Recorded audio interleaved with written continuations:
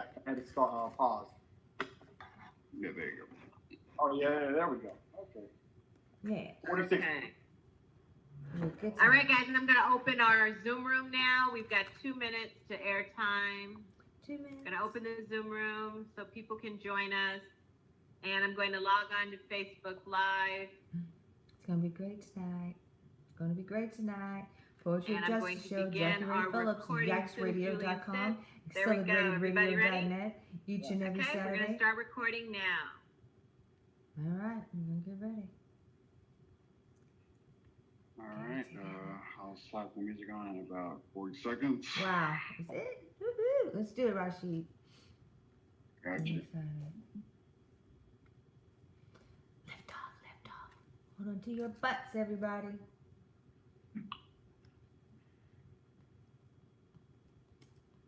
Getting Facebook going, got the YouTube, 2 versions of the YouTube going tonight. Anyways. Those promos were nice, by the way. I'm sorry. I said both promos were nice. Oh, yay! I'm so happy you liked them. I wasn't sure if you liked them or not. I was kind of worried, like low key. Both on Facebook. Yay! Yes, Lori. I was telling Lori today. I was like, I don't know, Lori. I hope you liked them. It's kind of like, yay. So thank you. Okay, You we are ready? live everywhere. Worldwide, everybody, over 111 countries. YaksRadio.com, AccelerateRadio.net, Jackie Ray Phillips, Poetry of Justice Show. So we do, guys.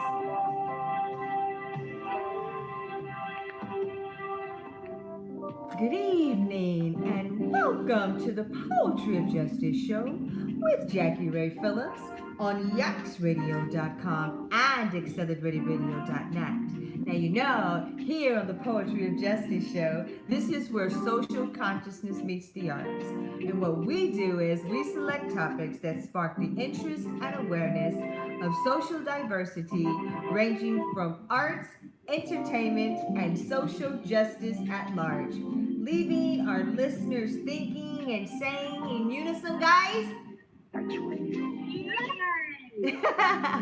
Now you gotta hear that. Those are the sultry sounds of my mentor, the Mr. Kevin Nash. And you guys know Mr. Kevin Nash is the owner of Accelerated Radio and YakesRadio.com. And what I always do is I give love, honor, and respect to Kevin, because if it were not for his platform and his dream, it would be so impossible for me to do what I so love to do here on YakesRadio.com. You know me, your girl, the queen of Yikes Radio.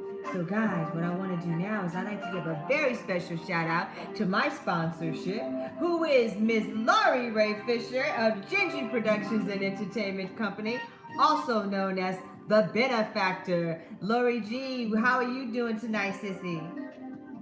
I am doing great. Super excited. It's going to be an amazing show. Yes, it is. Yes, it is. And then I got to give a very special shout out to Big Tap Consulting, everybody. And then a very, very, very special shout out to at Mr. Charlie 305, ladies and gentlemen. You definitely want to check out this guy on Instagram. Miami is in the house and rolls with us, everybody. And then, ladies and gentlemen, we've got to get a very special welcome to and shout out to G Babies Catering. Again, that is Chef Mac. You can, very, very special guy, guys. You can get to Chef Mac, and he is on Instagram at GBabies, GBABBIES.catering. I want you guys to check him out. And then, ladies and gentlemen, down to the harder, more root of my show sponsorship, I like to give a very respectful shout out to WMPJ Steelworks and APS Muscle Cars. I gotta tell you guys a little bit more about APS Muscle Cars, guys.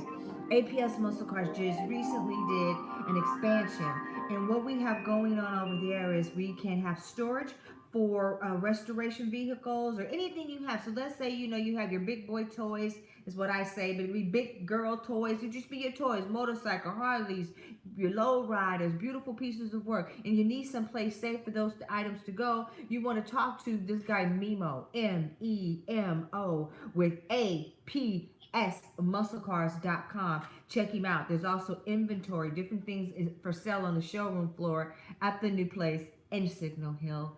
So I just have to give a shout out. I get so excited and on a natural high when we do that. The show tonight is already amazing in the works. I've got a very, very special guest to our platform tonight. And that person is, it's just going to get wild. I'm letting you guys know right now. So hold on to your butts. We're going to get like some Jurassic Park wild tonight. And so I don't even know what to introduce first, but I guess I'm going to introduce you first, Julia. But I don't know, because once I introduce you and let you go, you know, you and your animal instincts, you're going to be gone. So I gotta just tell everybody the topic first. And then I'll be Julia, you on you. So then we're going to be talking about so many things, but in particular, race, class, and gender in American film. But we can maybe all film, but particularly American film. Who other than to critique this with us, to walk us through their own personal journey of this? So much so that we're talking about a journey to Sundance. So this is the type of individual that we're going to be working with tonight. Ladies and gentlemen, without further ado, I welcome Justin. How many times can I say it, Justin? Starks to the show, ladies and gentlemen. Welcome, Justin. Julian. Oh, my God, Julian. Slap me upside the head. You can say it. I bet that was up that top, right? I know. He told me he was going to get us tonight. Sorry, How sir. you all doing? We're doing great. How are you tonight? I'm doing great out here in Santa Monica in this cloudy, smoky atmosphere out here with all these fires going. I know, it's horrible. It's really, really bad. But anyhow, what we got going on tonight, ladies and gentlemen, again, race, class, and gender in American film. That's a very important topic to me. Always has been, back to my college days. Lori and I talk about those all the time. And as often as I can, we integrate the topic and the relationship as it partakes to the show. So again, race, class, and gender. I also have to be honest and say that I spoke to Big Tap a little bit, and I did a little bit of homework on you, and he was stating to me that particularly race was very important to you where it comes to Hollywood, where it comes to your art, when it comes to your decisions on where you live and where you reside versus the West Coast versus the East Coast, when you put some of those ideas together, particularly coming out of Cincinnati, Ohio, and making decisions to make big choices and to go as far as you have gone, particularly at the opening of your piece, A Journey to Sundance. It was very authentic to me to be able to see you in, it's kind of how you open up, and it's like in this stressed mode, if you will. And for me, the opening night, that was very great. It was jaw-jerking from the minute it starts, you know what I mean? It's like, whoa, and you're just going on one, and you're just like letting it like this, and this is bullshit, and what the fuck, and I'm just like, yeah. So you already know, like, boom, boom, boom, let's put it on, let's get it on. So when we think about grit and just jumping in there, when you decided to make this film, if you can let everybody know, what prompted you to do that, Julian? What made you decide, I'm going to go ahead and make this next step? Because you've done so many things, but with regard to your work. Well, I was in New York for 10 years, doing the acting, modeling, all that stuff. And then at the tail end of my time there, I started going to School of Visual Arts, NYU, started taking writing, directing, so forth. Because I wanted, as an actor, I was given advice back in the day to do more things. And I tell all these young cats nowadays, you have to be diversified. You just cannot wait around the phone waiting for an audition. So you have to go and write, create your own one-man show, write your one-woman show, or write a play, or write a screenplay, direct a short film, and start having more tentacles out there. So when I came to LA, it was it was for the mere fact of going to film school. And I went around to all these different other schools, and I went to the LA Film School, which I liked a lot. I really recommend it. And it was a 2-year course, came out with a feature script, a heist film that's set in New York City, because that's the reason I wanted to go to film school. I wanted to direct my own first feature. Okay. So I was thinking it was budgeted at $5 million. And I'm like, okay, there's no way that I'm going to get that kind of money coming out of film school as a first-time director. So what do I do to keep fresh? So I at the time I was a fitness trainer, on the side as an entertainer. You got to do all these other side jobs, and I was training this lawyer and we were talking, and he had seen I was bouncing at clubs at night.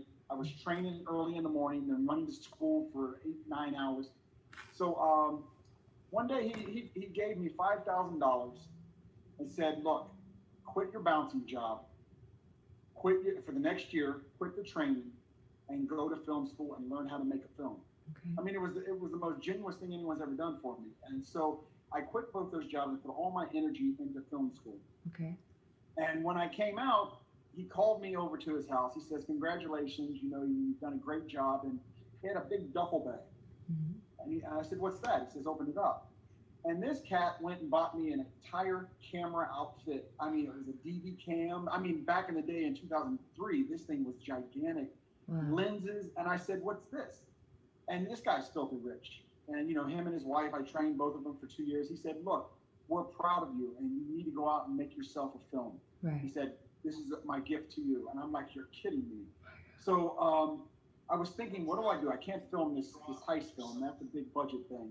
I thought, why not start a production company, which I did, Hollywood Filmmakers, and go up to Sundance 2004 and just interview people that have already been selected to go into the festival, and for their electronic press kit. So I can get, as the lawyer put, we get our tentacles into the ground, we get traction, and go up there and just film them. So I was thinking that. So I asked a friend of mine who was an actor. His name's Bill, another Bill. And then and he said, "Yeah, why don't we go up?" And he says, "Well, wait a minute. Since we're going to go up there, what do you think about doing a documentary on our journey to go up there?" Then my wheels started going. I said, "Yeah, why not?" So I started asking everybody from film school, from my gym, because there was a lot of actors and stuff in there. I ended up getting like 12 people on board. Everyone put in $50. We rented a giant RV, went to Costco's, put $100 into food, and I documented everything. 3 camera crews, came up there with us, and we documented our entire journey up there. Now this is for 2004. And it was only supposed to be that 1 year. Okay. I just went up there to do it 1 year, and I had no idea what I was doing, and I just told everybody, "Okay, we're in 3 groups. We got 3 camera guys. Just go interview everybody." And none of us had been to Sundance, so we were like, "This is Shangri-La." We thought that everyone would be floating on clouds, and so we started to find out that. But did it kind of feel like that a little bit, though, Julian? Did it kind of feel like that a little bit? Like I said, but did when that first experience, did it kind of feel like you were walking on a cloud a little bit, though? Oh, of course. Yeah. When you see the film and me and talking to the other people in the crew, right. I'm on. The thing about Sundance, it's elevated really high. Right. Half the crew, they were like the first couple days, they couldn't take the altitude. And some of them were sleeping. I'm like, "I'm paying you, get up." Get your butt up. Well, everyone thought I was on speed and I don't do drugs, because they said, "Well, you're so freaking hyper, dude." Why? I said, "I like to feel the atmosphere up here." So anyway, we go up there, and then we find out most of the stories people we're interviewing, including celebrities, hate Sundance because they hate what Sundance had become, which was more like a film market than what Redford initially started it out to be. And so we get back on a meeting with Camper at night. I said, "Wait a minute, this whole thing is turning. We got like people who love it, especially the ones who have been chosen, and then the other ones are just up there." And we interviewed Aiden Quinn on the street up there, and I asked him, I said, "What do you think about Sundance?" He said, "This is Hollywood with snow." He said, "There's no difference. It's just a bunch of Hollywood people up here in the hills skiing and movie talking." So that's the empathy. It was only supposed to be that 1 year, 2004. Okay. That is wild. Can't hear you. Uh-oh. I'm sorry. I guess my little mic was muted. Jeez, McGee. I was like, that is more than wild. But you know what I like when you start on in the intro, when we get a little bit further in there, when you talk about it, or when you guys are being some of the people that you interview, I want to use these 3 words: reality. They were spoken about, and then the good side of things and the bad side of things in this whole Sundance process, right? That was just kind of like based on that introduction. What do you think about that? Like, how raw was it for you? I know when you were interviewing the individuals for the film, if you could share that for us here on the panel, what was that like for you? You know what I'm saying? The first year because it was so new to all of us, and we were just thrilled to be there. It's like, coming from originally Cincinnati. When I went to New York, the first year I was like, oh my God, I'm in New York City. It was amazing. When I came to LA, it was the same thing. Oh my God, I've seen this on movies all my life. Well, it's the same thing as an entertainer and actor. When you go to Sundance, that's the mecca of festivals. So the first year I was on cloud nine. First off, it was my first attempt to do a feature film, which was a documentary. And the thing, and I found this out through my entire life, especially this last 3 years when I put these 4 different companies together and I had people working for me. The one thing I found, and even back then, it's hard for some people to take any kind of direction from me as a black man. And I could tell that. And I'm like, and I'd have to be diplomatic. And some people were just, it was hard for them. The editors, a couple of times, I got into them with them because I don't know if it's because I was a first time, or if it was because it's a black man that's asking them or directing them through this. So that was kind of disappointing to me up there. The other thing is that Sundance, and this is what the film is about, is more of the in crowd. And if you're not part of the in crowd, you don't get in because. And I did a lot of research on this, obviously. When Sundance first started with Redford, it was because Redford was fed up going to Hollywood to try to get his little indie films done that he wanted to do, his passion project. So he ended up starting the Sundance Institute. Then he started, and that was basically to bring unknown filmmakers together, and then his Hollywood people that he knew, he would bring up there, like a cinematographer, a director, a producer, to help them. Then after a couple years, they said, look, we got all these short films. He said, why don't we start a film festival? And so they took over the USA Film Festival that was in Park City, bought it out, turned it into the festival. And that was just supposed to be this little film festival that they would bring those films from the Institute over. After a year or so, it blew up. And it wasn't that cordial place where people went up and said, oh my God, these are independent filmmakers. Let's go up there and talk to them. And, and the filmmakers could talk to the big wigs. All of a sudden, and this is what's interesting now, being that Harvey Weinstein's in prison. This is what, the first year we went up there was this big book that everybody was walking around with called Down and Dirty Pictures by Peter Biskin. It was about this thick. I mean, it was gigantic. It just was released a week before Sundance, in time for Sundance. Basically what it was, this reporter named Peter Biskin wrote this book, scathing expose on Miramax, which was the Weinsteins, Redford, and the Sundance Institute. And everybody was reading that. And then we ended up getting, and you saw in the film, we interviewed Peter Biskin. And basically what he said, before the Weinsteins were bought out, Miramax was bought out by Disney and had all this money infused in their company. Before they were bought out, the festival was where a lot of these sales reps and producers reps would come, and they would all meet the night before, Thursday night before the festival opened, and they would say, okay, who's going to bid on those 3 movies?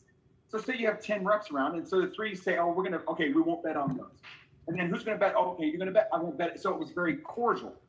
When the Weinsteins got bought out, they went to Sundance, and they said, excuse my French, fuck all of you. We're gonna take whatever we want. And this is a New York. Come on, you look at Weinstein now in prison, you kind of understand why. People were terrified of the Weinstein, especially Bob Weinstein. They were terrified of him. So when they came to the festival, that whole collegial, hey, how you doing? That went down the drain, and everybody, it was dog eat dog from that point.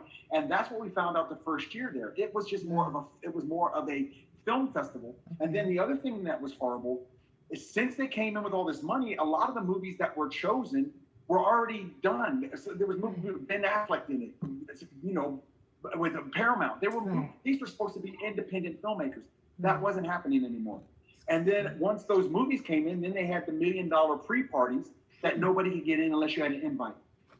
So that's what turned Sundance from this beautiful thing that Redford wanted to go, and now it's a film market where it is just business. Right.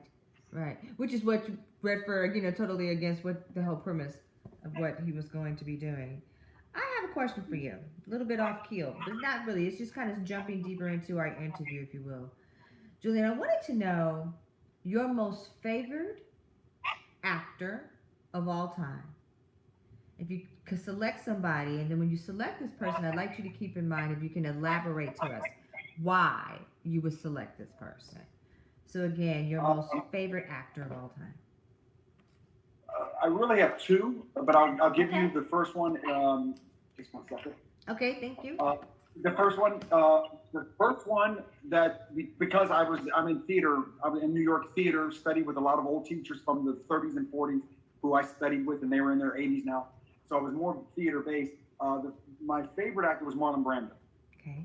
The reason why is because of the technique that he didn't show, but the innate ability for him. If you watch any of his movies in the 50s and some of them in the 60s and a couple others, there was a lot of junk that he did later on in his career when he didn't care. But the movies in the 50s, if you watch all of his movies from 1950, it's a movie called The Men, all the way up to, Streetcar Named Desire and, and a Wild One and so forth. They were just, as an actor, he was the beacon for a ton of actors who came after him. All of the actors I've ever seen, in Hollywood, with De Niro, Pacino, all of them, they all say it started with Brando. Now, other than just because of the exterior, if you look at his life and biography and read his book, this brother was marching with Martin Luther King. Do you see him? And he's on stage with James Baldwin, Martin Luther King, Sidney Poitier, Harry Belafonte. After the march, they are in this. It's a documentary, and they're on a panel.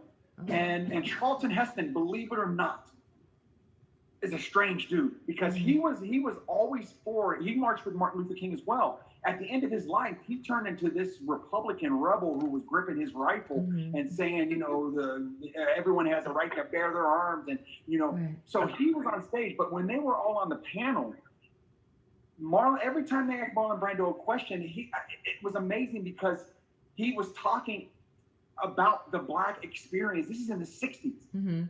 And everything that he was saying is still going on today. This guy even marched about with the Indians. That's why he refused to take the Oscar in 1972. He sent up a Indian woman to accept his Oscar. It's on camera. David Niven's standing behind. She comes up, grabs the Oscar, says, "Hi, my name is so forth, and Mr. Brando he doesn't want to accept this because of the portrayal of Indians in American movies." And she gave the Oscar back and walked off. So Marlon Brando, because of the stand he took away from the screen, that's why I loved him. The other one is Sidney Poitier. Sidney Poitier is the man. If you see his body of work, starting with the Defiant Ones with Tony Curtis, where they're chained together, and they're prisoners back in the 60s, and you never chained a black man and a white man together. Together, exactly. Yeah. And, it's funny, have you never seen it, Uptown Saturday Night? Oh my God, I freaking love Lord, could you go ahead and tell Julian about our relationship with Sidney Poitier? Tell him, with Grammy and my mom, and then we grew up watching him. Tell him, Laura.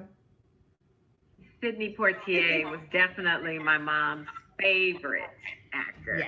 Yes. And because of that, he became our favorite actor. She watched everything he did. Yeah. And she was fortunate enough to be there for the filming of Uptown Saturday Night. That is a great movie. Yeah. And she stood in line to get his signature, his autograph. And she said he was so gracious, so very generous, and just a really class act. So yes. Those are great. Oh my God, I appreciate that. Thank you so much. I'm jotting all this down because this is still going to give me way more homework. So I don't know. What I had a question for you. Do you have an opinion that you care to share on Black Lives Matters in general? Oh Lord, you really want to hear this? Yes, JackieRay. I really want to hear. I really do. Well, and Jerry knows this. And I can't say the specific restaurant. I sued a restaurant in 1990 for discrimination that Jerry and I worked at. And believe it or not, and even though me and Jerry sometimes fight like cats and dogs. Jerry, wait a minute, hold on, Julian. Just to let the audience, you're the first one Jerry is my, like, that's what my family, my Oh. mother, my brother, and Julian. They call me Tap. Oh no, I'll get to that, Big Tap. Let's sit back and be quiet. But no, what I was saying about Black Lives Matter. You know, I'll tell you something. Okay. I was on Facebook today. All right. And on my post, someone posted, you remember George Zimmerman, that fat piece of crap in Florida that killed Trayvon. Yeah. This piece of junk is signing an autograph on a Confederate flag on a bag of Skittles, which is what Trayvon was eating when he murdered him. You know, I've told people this before. It's a good thing my mom raised me the way she did, because I'd probably be in prison. And as we talked before, all of us had a pre-talk a couple days ago, and I told you how Big Tap, he amazed me since the day I met him in 1988, working the front door of this restaurant. This is a brother, you know, he loved fighting. We were both bouncers, and he just loved fighting. That's what he thought he was a knockout artist. He was a little less than that, but anyway. You know, but anyway, this brother would fight at the drop of a dime, and he was very good. But on the other hand, there's something that he had that I never could do. He could talk to, and if a Klansman walked up and started saying stuff, this brother could talk to him and have him as his friend the next moment. It was amazing because he's a big dude and intimidating. And I remember once, and I don't know if Tapper remembered this, he came up to me, he says, "Why do all these white dudes want to start fights with you?" With me, because they would just try to start. And Tap said, "You know, if I didn't know you, I probably wouldn't want to start a fight with you, but they all do." And that's, you know, and I say, Tap, there's a reason for that. I think a lot of older white guys are attracted to Tap because he's smooth talking. He's very amicable. He's down to earth. He's true, but he doesn't pose a threat to them. When I talk to guys, and I'm not like that. If they give me some crap, I'm going to give it right back to them. I don't have a filter, because, you know, I'm trying. I don't want to go rampant here on Black Lives Matter. I mean, that's why I didn't go to any of the protests, because I'm afraid I'll be put in jail. Because if someone's yelling at me like these, I remember the first day after Floyd was killed, they showed a video on Facebook where these three guys were laughing at these black protesters, and one guy was kneeling on his other friend as if he was, you know, the cop kneeling, and he had his hands in his pocket laughing, so he's mocking. If I were to see that in person, I'd probably be put in jail, because I couldn't stop myself. So that's why I don't go on social media. I told Tap a long time ago, you can't teach dumb. Right. You can't talk to someone who's dumb and try to give them your point of view, because they don't care. And worse than that, they don't know how to assimilate what you're saying, because they're ignorant. Correct. So I don't know if I answered your question. The Black Lives Matter is so important, and I think if Trump gets elected in 2 months again, I'm moving to Europe, because I won't be able to take it. Because the thing that gets me about this whole thing, Trump is a master, and I know him from New York City. I catered parties where he was at these parties, and I know him from those parties. He's a master at being a sham artist. He's a master at it. It's bait and switch. If something's going wrong, they will create something where everybody forgets what just happened. Right. 3 weeks ago, you remember, a report came out that he called, he didn't want to go to the French cemetery because he called soldiers losers and whatever. Right? And everybody was on fire. A week later, tapes come out where he knows about COVID in March, and they all forgot about the soldiers now.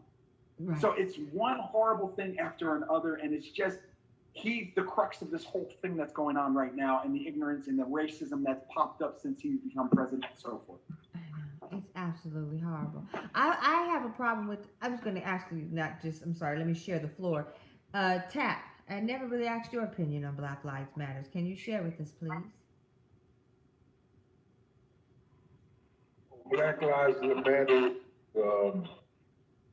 is a movement where people want to, they're trying to get equality and inherit equal opportunity. Black Lives Matter is a positive movement for Black people to just bring awareness to matters that matter. with black people, What with do you, everyone, you know, because if you think Black Lives Matters is positive because of the mere fact you have all races marching with Black Lives Matter. Black Lives Matter is inspiration. Black Lives Matter is everything good. You know, you have a few people, I think, from the opposition that uh, sends in negative people to try to camouflage the goodness of Black Lives Matter. And you have people that are not even really part of Black Lives Matter that come in, and negative black people that come in and do things that will mess up the reputation of Black Lives Matter. But Black Lives Matter in a whole is a positive movement that tries to bring awareness, goodness to people in this world today in the United States and abroad. Right. I was going to ask you guys, the panel, what do you guys feel about it in terms of, I'm feeling like it's trying to be considered turned into a hate crime. For those of us who feel that, not a hate crime, but a hate group leading to hate crimes. Do you think that Black Lives Matters You mean Black Lives? You mean Black Lives is seen as a hate group? The movement itself, there's been a little bit of a spark where the opponents tend to think that it's like a reverse racism thing and that BLM in and of itself is racist. That's just psychological babble, bullcrap. And they're throwing that back. Wait a minute, look.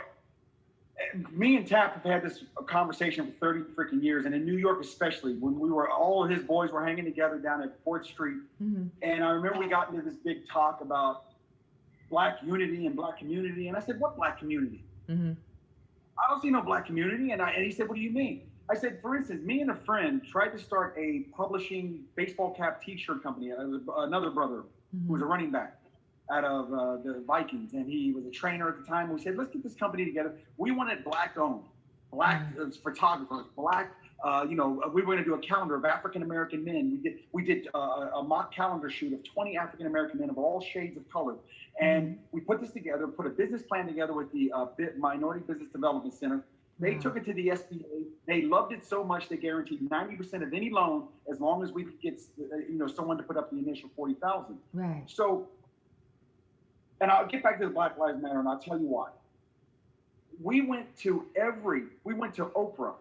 We went to Bill Cosby at the time before he was put in prison. This is back in we went to Spike Lee. We went to all these black business women and men, and all they kept saying is, well, the one lady says, well, why are you having all these beautiful men in a calendar in their underwear? This one's a teacher. Why don't you have a kid? And they just given us excuses. And these were people with money and means to help us. 6 months in, the lady who was our accountant was a Jewish lady.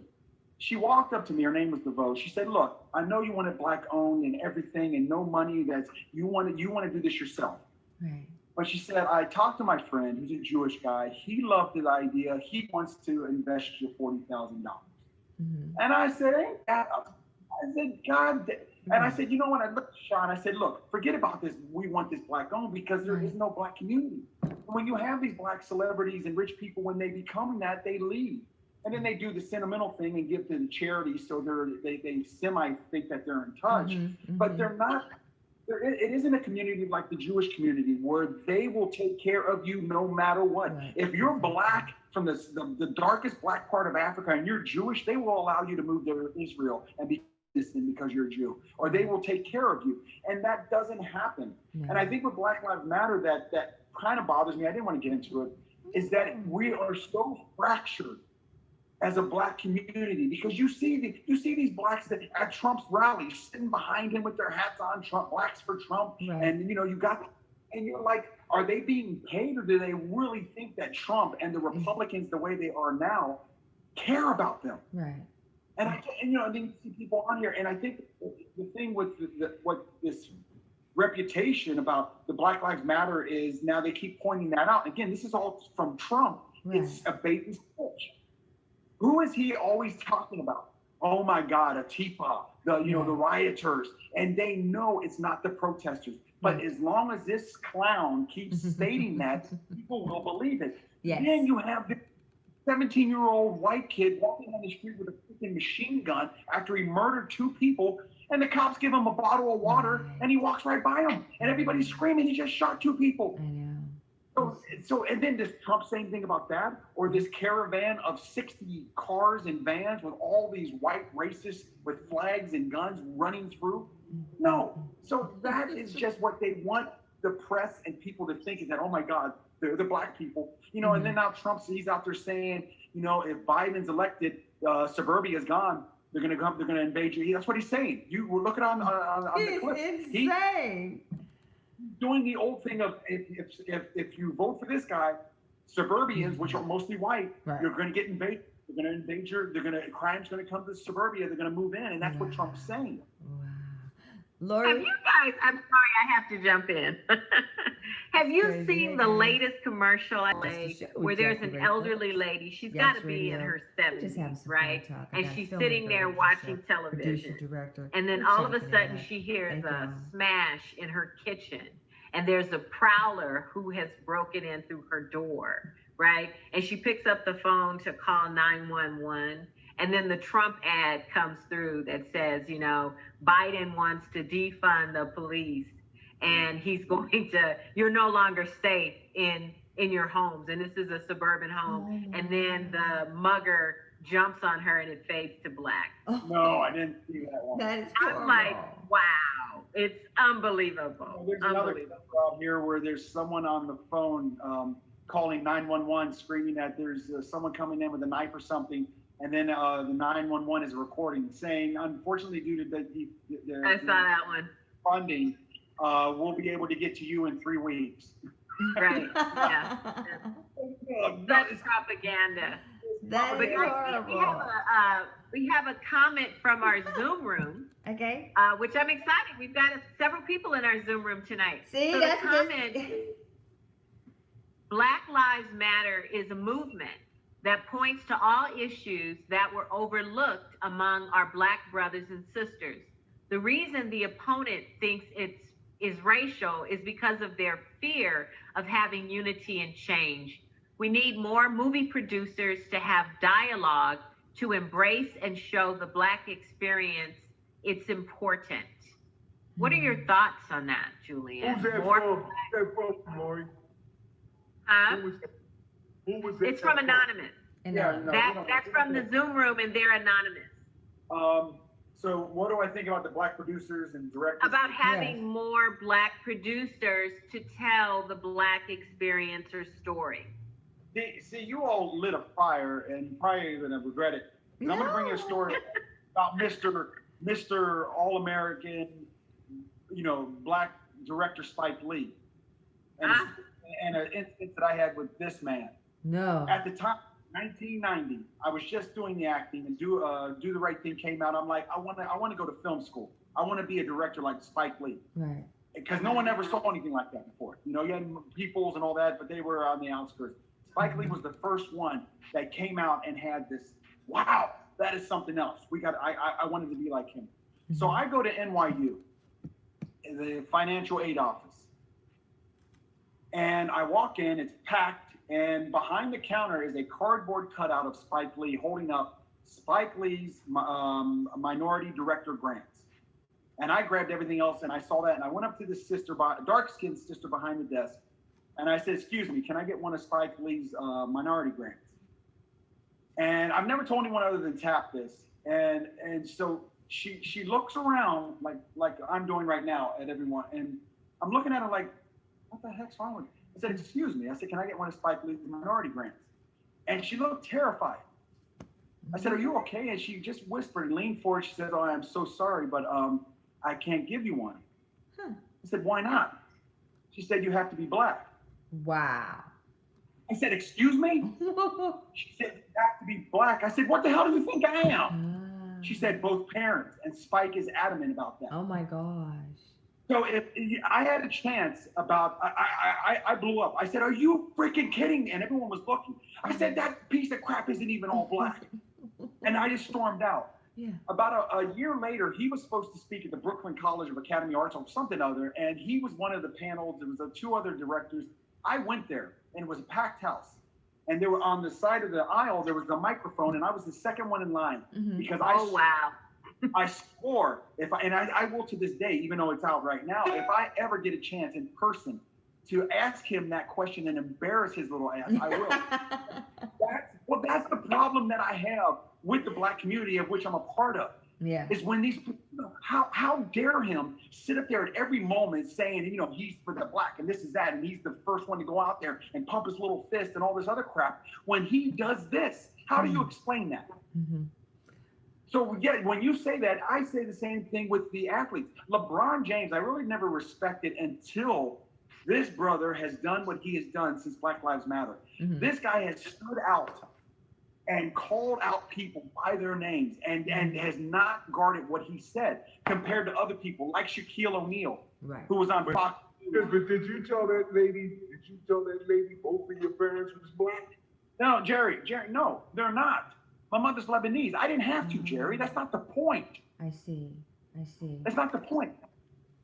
Mm-hmm. So getting back to what you were saying about people of means, like producers and directors, I mean, for one night, I flipped on Fox News, and believe it or not, Shaquille O'Neal was on there, and he was excusing freaking George Zimmerman because he said George Zimmerman had a right to stand his ground. This is Shaquille defending George Zimmerman, who murdered Trayvon. I'm like, where the hell are these people? Where's the Muhammad Ali's of our time? Right. I'm just mortified. I don't know, Lori. What? I see you itching. Go ahead, Lori. I didn't hear. I didn't hear Shaquille say that. That just changes a whole view of me. I know Shaquille. I've known him for years. I met him at a gym. He is the coolest, funniest guy. Yeah. And it wasn't on television. I was on the internet, and I was just flipping through some stuff, and I saw Shaquille on that morning show with these idiots on Fox. Mm-hmm. And I'm like, okay. And I turned it on, and it was in the middle of him justifying, saying that George Zimmerman had the right to stand his ground. And I'm like, what did I just say? Right. The thing is, since this was a couple months ago, I've been on the internet trying to find that, and it's off. Someone took it off. Well, thank goodness for that. Right? Come on, these people, brothers and sisters of means, they need to get out there and start answering for their people. A lot of Democrats, and there may be a little bit of truth to this, because it's me, Julian. I see how passionate and emotional you're getting, and I'm trying to fight myself in being a better person, as not being so passionate and emotional, because, Julian, I noticed that people that have different opinions than us, because me and you have similar opinions sometimes, but sometimes people have different opinions. But when they have different opinions and we so passionate, we feel as though we right, Lori, or we feel as though we right as Black people or whatever. Other people have other opinions. And when they have other opinions, one thing they don't do about their opinions, I noticed the opposition, they don't get real irate like we do. I just advise you, because I love you. Mm-hmm. Don't get so irate, brother, because that's what we do. And then we take ourselves out, it's a different thing there. When you can be cool about it, but then try to express yourself, in a fashion where to try to get your point across. But if they don't see eye to eye, then Jerry, you and me have talked about this because you're my best friend. Mm-hmm. I have no problem with what you're saying. Right. When you go back, and I'm telling you, and every brother and sister who's watching this, go back, because there's a lot of young people that don't know a damn thing about Muhammad Ali other than he was a boxer. Right. Go back when he said, I'm not going to kill little yellow people in Indonesia when my people over here are being killed. This is in the middle of the 60s when every Black leader was being assassinated. This is in his prime. Yes. He didn't give a damn. He stood for what he believed in and never wavered, ever. Okay. And then, believe it or not, before he died, he was loved worldwide, Jerry. So when you say be cool and all that, to me, that's the problem with the black community over all these years of being enslaved and beaten and hung and everything. It's just let's hold hands and sing kumbaya and turn the other cheek. And isn't it funny when? Isn't it funny though when all this happens? Wait, hold your thought. When we see how many videos in the last year or two have we seen of black men getting killed by cops? How many? You can't count. There's so many, and women. And what is the first thing that comes out of any of these white broadcasters or anyone there is, oh, be nonviolent. Everything will be fine. Be nonviolent. They've been saying that for 400 years. So my question is, how long do they expect to not be violent? And then we're not violent because we're not. And then it happens again. When what's his name? The guy that got the first one at the Billy Club back in '92. Rodney King. Rodney King. Everyone, my God, the first time we had video of cops beating the dog crap out of a black man. And we said, oh my God, this is good. Yeah, we got him. There's no, in the worldwide. And so they take it from LA where it happened, put it in White Simi Valley. Oh no, he was resisting being beat by 5, 6, 7 cops. You know what would be nice though? What's that? If we could really stop killing each other, because then they couldn't say, because you notice, black people don't really kill white people. We don't especially like the cops. We don't kill. We're not that type. We're not killers like that. We are not but we kill each other for the reasons like in Chicago, Philadelphia, all these major cities. We're killing each other, being as though drug deals or whatever it is. We do have a high statistic of killing each other. If we could stop doing that and love each other, we could set examples to the whole world, and they couldn't. I wonder what would be their next move after that. Right. Because it wouldn't be no move. Because everyone says that about the black community is why they stop killing each other and love each other. Isn't it funny that these white racists who do all of this stuff, they don't love everybody. Right. They go out and they will go out and try to kill a black person without thought, and the cops, the systemic is doing that. So I'm tired of hearing why they turn it on the black community, like you brought up in the workplace. Is the Black Lives Matter? Are they radical? No, that's the white people who are scared that they put the stick in the hornet's nest and they see what's going on. The great thing about Black Lives Matters now is that when George Floyd was murdered, it was everyone worldwide. I have friends in Europe that were like, they said they're marching over here because of that. And black, white, women, old, young. And that's hopefully something that will change, but you just never know. You just never know. Right. You never know. Lori, could you read Rashid's comment about please, Lori?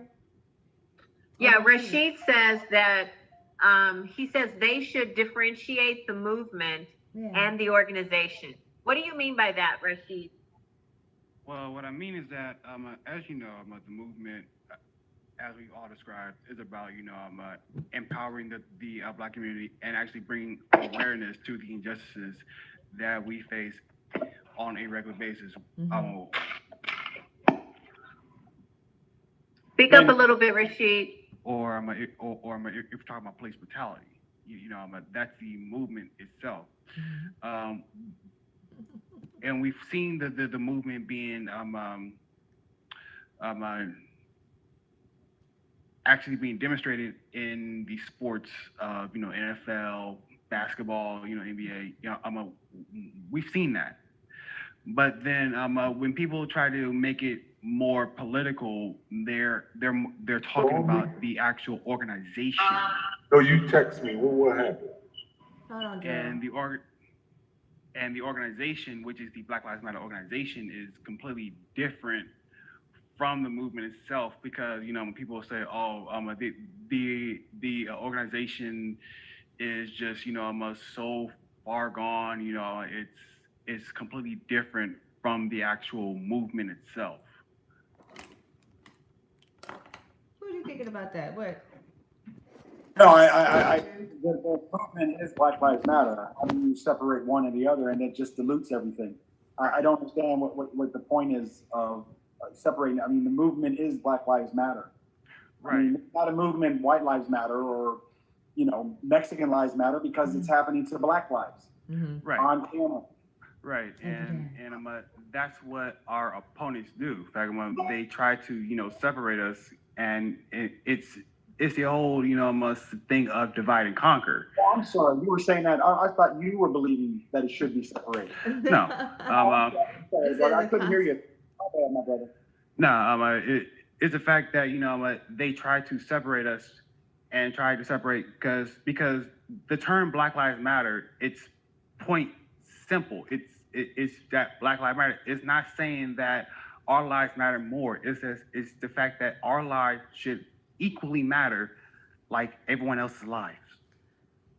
I have Randy Waterman from Facebook saying that too, Rashid. He's just stating that all lives matter, right? But then what I tend to think is that I understand, yes, all lives do matter. But in terms of a movement, I think that we have to look at us as a people first because it's happening to us. It's just the George Floyd. There's so many more on and on. So we have to do that. I think it's our obligation to ourselves, to our heritage, to our people, in my opinion, and I just don't like the fact that now it's trying to be considered like, a bad thing, like to a point where you're like, oh my God, can I wear my BLM mask today? Right, and again, I just want to reiterate, it's not that we're saying that all lives don't matter. We do agree that all lives matter. We just believe that our lives should matter just as much as everybody else's. Mm-hmm. That's what the movement is about. That's all that we're asking for. Yeah. Okay. I have my daughter's here. She doesn't want to come on camera, but she's got a very interesting perspective about the Black Lives Matter movement. So you're going to hear her voice, but not her face. Go ahead, Morgan. Okay.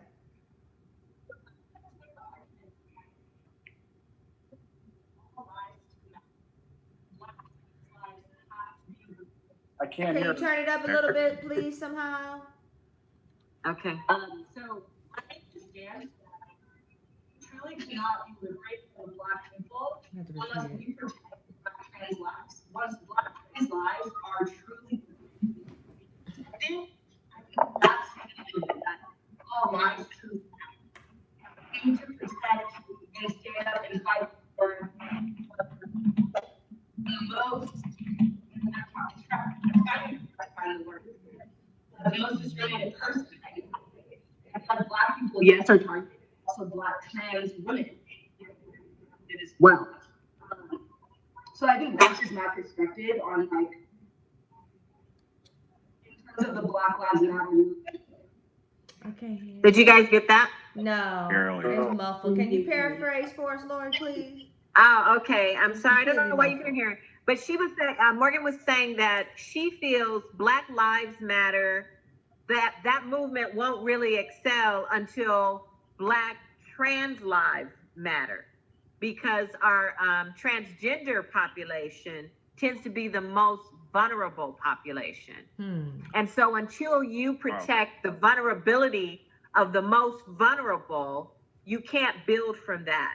She agrees that Black lives definitely are vulnerable, but there is a segment, a subset of that Black lives population that is even more vulnerable that needs to be protected. That's true. Let me say, excuse me, Julian, Jackie, one question. I want to ask everyone in the panel a question. Do you have a problem? Because I know everybody in the panel works with or has friends that are white that you love and care about. Do you have a problem really discussing Black Lives Matter with a strong passion, thinking that you may, especially when your white friends that you care about are listening, does that really make you apprehensive, or does it make you feel a certain way because you care about your friends and you don't want to offend them? Because I know I have a lot of white friends that I love dearly, and I think about, being real passionate because I don't want, I want everybody to be happy, really. But I really also want to be, I guess I want my cake and eat it too in Black Lives Matter. The white people that show passion and concern and care, I want to give them a love and let them know I'm there for them too. Do y'all feel that way? You know what I'm saying? Right. I hear you. I mean, I do understand what you're saying, but for me, in my mind, I don't have a problem expressing my support and my agreement with many of the issues of Black Lives Matter within the white community and circle that I travel. Because if the relationship I have with my white friend is authentic and it is a true relationship, then they too see that Black lives should matter. They too see the murder of George Floyd. Right. They too see the murder of Breonna Taylor. They too see the Trayvon Martin situation. So if you are really, really my friend, then you're strapping on your Black Lives Matter t-shirt as well, right? Because this is a humanistic problem. Right. In my opinion, that's why the Black Lives Matter is different. Julian, you brought up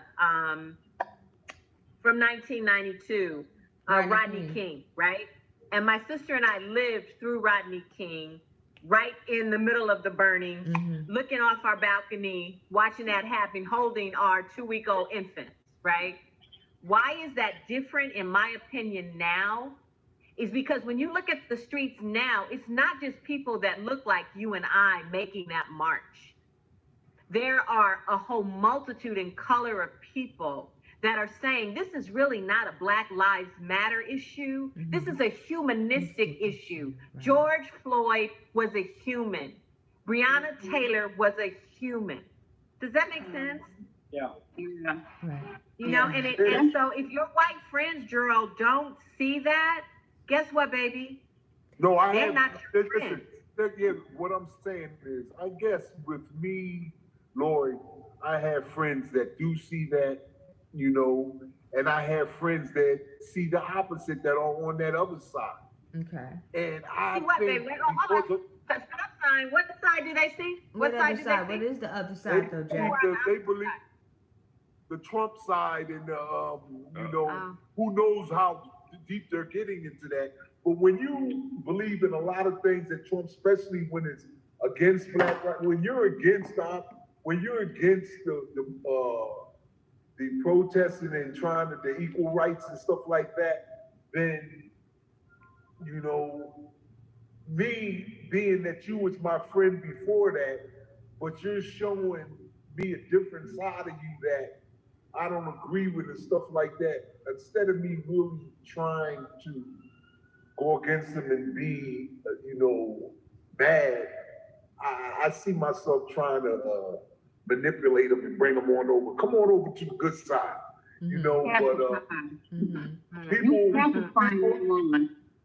People. What do you say, Chris? I said big tap pacifying them ones. Yeah, you know what? You pacifying them ones. You know what? Black lives, I have acquaintances that are white. I don't have no white friends like that because, not just because I just don't want them, but because I'm Black, and because the way that people act toward me, or the way that I see they act and what they say about Black Lives Matter. Okay, Black Lives Matter, and like Lori said, it's a human thing because we all bleed the same way. But the difference is that because of the color of my skin, I'm being treated differently. So people want to throw that, oh, well, all lives matter. Well, of course, all lives matter, but we ain't talking about everybody right now. We're talking about us. But that's what I'm saying. It ain't about what's going on with you. It's about what's going on with me and mine. Right. I got to stand up for what's going on for me and my house. And my house is everybody that's Black, because I'm a mother. And guess what? Anybody Black was born through a Black mother, no matter if she's here, gone, if she's on drugs, it don't matter. You still my child, so I need to look out for you.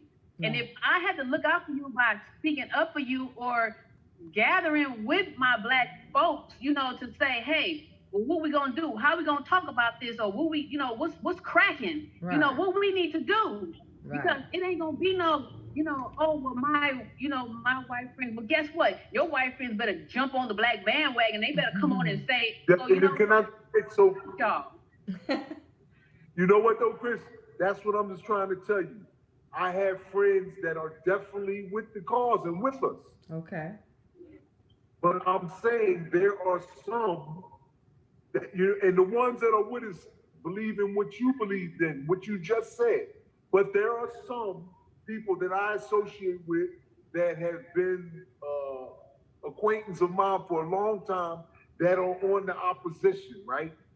And I do find myself, because of me, my personality, like you said, I try to bring them on over, try to let them see the light.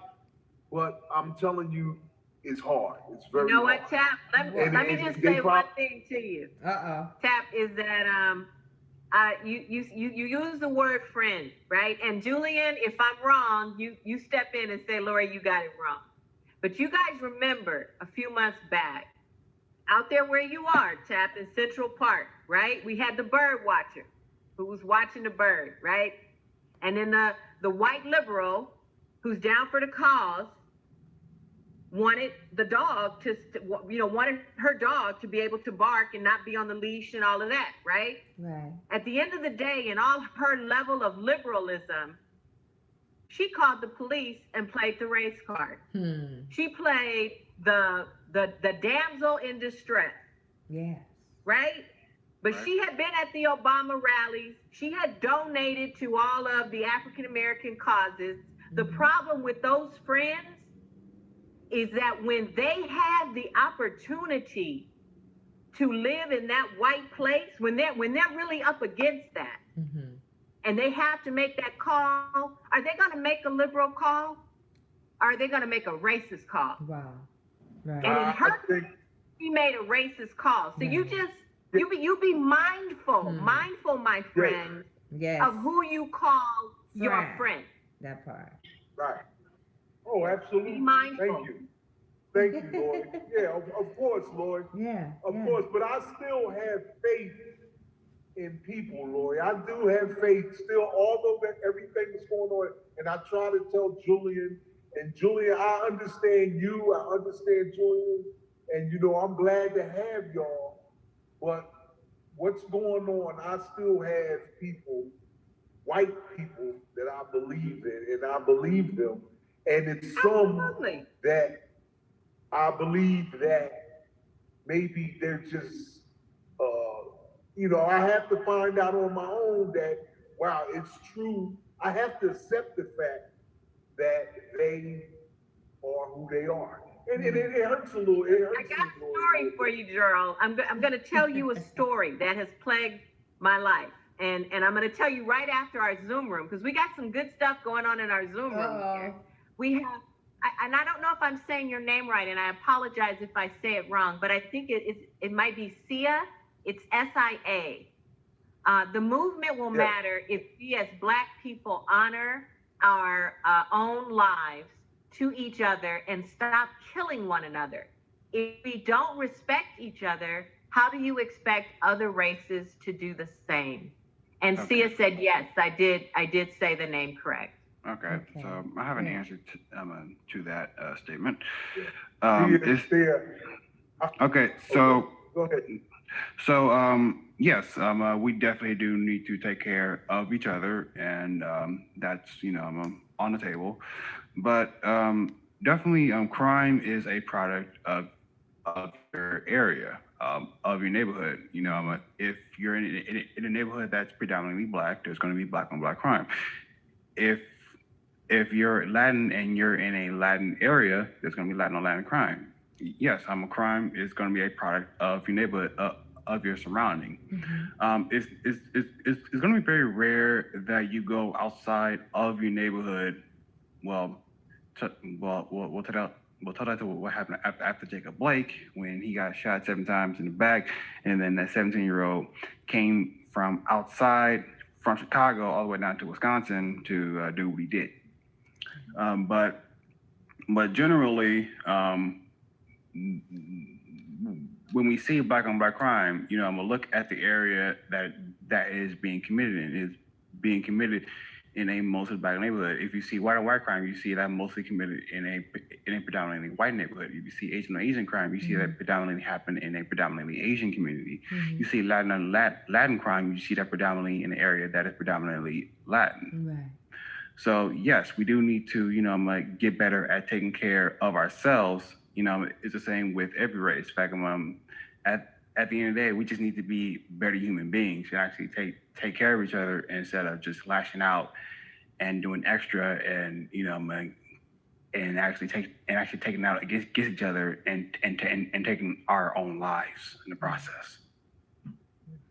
We do need to I agree that, every area do have their own personal crime, but me, I can't stand when people say, well, blacks are killing blacks, or we need to stop killing our own. That's everywhere. Of course we do. We know all that, but that ain't the problem. The problem is somebody else is doing it and don't care about nobody, and don't care that everybody is seeing it. We know there's crime, black on black crime, there's white on white, there's, whatever. But the media gonna put out there that, blacks is killing blacks. What you see, blacks killing blacks, blacks killing blacks. Blacks killing their own self. They killing each other. Of course the media gonna put that out there like that. But at this time and age, that ain't what we talking about. We talking about what the police who's supposed to protect us and them and everybody else who don't care and killing us like it was back when, back when my mom, parents or grandparents or whatever was picking cotton. Guys, we have traveled down a very popular path. I'm gonna get back to even Julian. My phone is blowing up. Oh goodness gracious! Even my text, I have a. What is going on? I know Jackie Fisher, who's my mother-in-law. She says, "Amen, Rashid." She says, "Say it right. That girl, you have to understand that not everyone is your friend." Absolutely. Oh my gosh. So we've got some great discussions, but I want to put on the table, since we've been talking about this Black Lives Matter, and Joel, you talk about your friends, right? And I want to say, I have a lot of friends that are white, are all different colors, right? I work at a predominantly white university, and I've worked there for 32 years. I'm a graduate, both undergrad and graduate degrees from this same university. So I have a lot of friends that are white. But here's a question that I have to you, and I just learned this weekend this term called microaggressions. I don't know if you guys have heard of that term, right? But what does that say with my friend who says, Lori, you're my friend, and my sister has experienced this too. I really, really like you, Lori. You have to be mixed, right? You're not really fully Black. Are you sure? Right. There's got to be something else in your heritage, because it's hard for that person to really be my friend and to feel the way they feel about me because I have an African heritage. Yeah. I never made the choice, my sister either, she did a little more than I did, to kind of travel down that path of everything that we're mixed and jumbled in and put together to create us, right? I have stood, and mostly our whole family just stands in that Blackness. Right. But I don't really know if those people who are pushing me to provide them with that narrative are really my friends. They may be my associates, are people I know, are people I do business with, right? But are they really my friend? If I have to justify my Blackness, does that make sense to the panel? That don't make sense. And the reason to me why it don't make sense is because you gotta look at the word friend. Those are just your acquaintances, associates. We all have those. But when you say friend, I think about when Jesus said you have a friend in Jesus. Like, you have to look at it in God. me, I had to look at it in God, because no matter how I feel about what's going on, I still got to make sure that I'm rooted and grounded in what I know, what God is for me. I don't, which is the light, which is the light in me. So I can't say that, well, I don't have no friends like that. I know those people, but I can't say that them is my friends because. Once again, Christian, me personally, I know the difference, and I have friends, and I know what's going on in this world, and they will definitely fill in the blanks where you just said they will be there for me in ways of to show the love and friendship. I have friends, but I also have people who are acquaintances, like you're saying, who I